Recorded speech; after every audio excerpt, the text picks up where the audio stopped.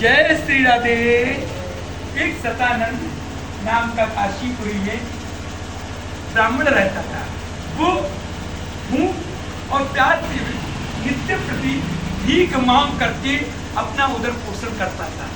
भगवान को ब्राह्मण अति प्यारे हैं, इसलिए भगवान ने बूढ़े ब्राह्मण का रूप धारण करके आकर के पूछा, व्हाट इज योर नेम? अब तुम काहे के लिए घूमते हो?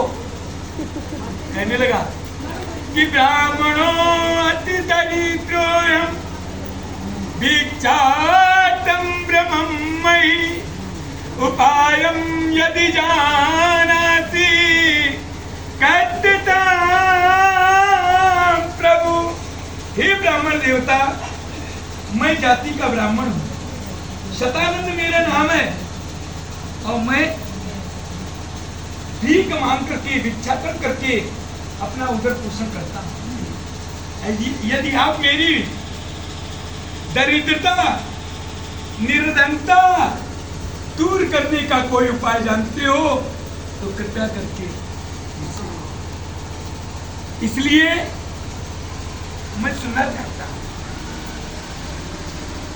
ब्राह्मण देवता ने कहा, भगवान ने कहा, हे ब्राह्मण शतानंद, सत्यनारायणं विष्णु वांछितार्थं फलं प्रदा।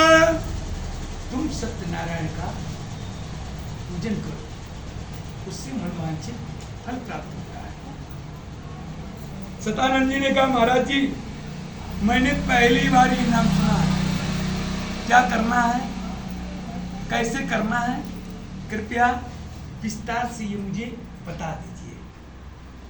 भगवान ने, वृद्ध ब्राह्मण ने, भगवान ने सारा का सारा विधान शतानंद जी को नोट करा दिया।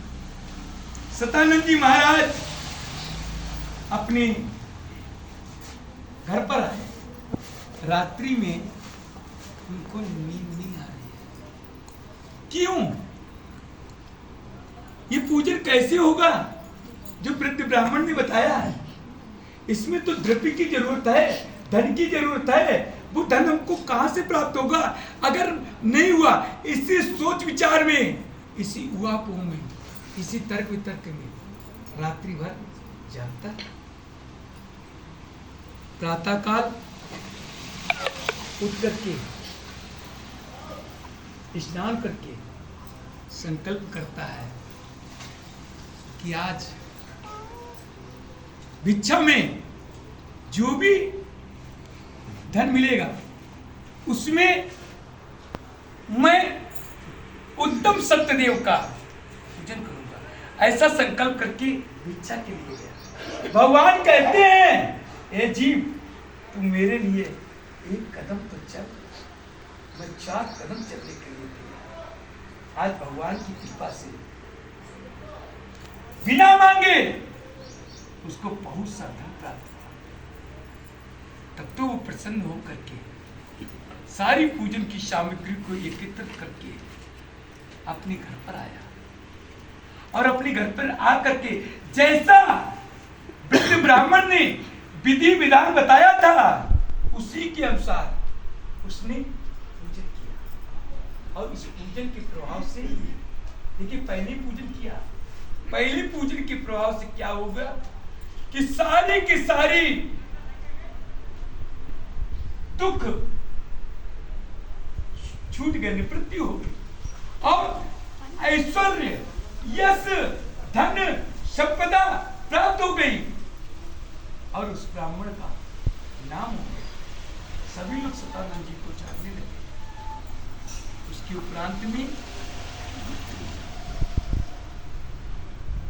सूत जी ने कहा, ऋषियों जो तुमने प्रश्न किया था उसका उत्तर दिया, अब क्या सुनना चाहते हो? ऋषियों ने कहा, महाराज जी ये पूजन आगे कैसे बढ़ा, इससे संबंधित जो भी कथानक है हमको सुनाइए, बड़ा आनंद आया। सूत जी कहते, सुनिए। धन वैभव ऐश्वर्य के साथ में भगवान सत्यदेव का पूजन कर रहे थे। उसी समय एक लकड़हारा लकड़ियों का गट्ठा रख करके उधर से निकल रहा था। उसको बड़ी तेज प्यास लगी थी। कहीं पर भी अगल बगल में, अड़ोस पड़ोस में, आस पास में जल का साधन नहीं था जो प्यास को शांत कर सके।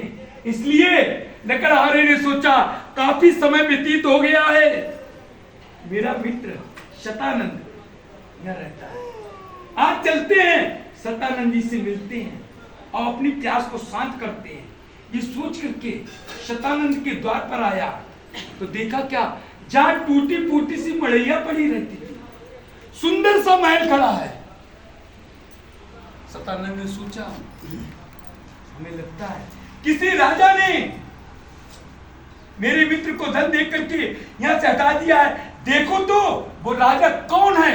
ये सोच करके लकड़ियों का गट्ठा द्वार पे रख करके अंदर गया तो देखा क्या, जिस तरीके से आप हाथ जोड़ करके बैठे हैं ना, उसी तरीके से वो भी हाथ जोड़ करके बैठ गया।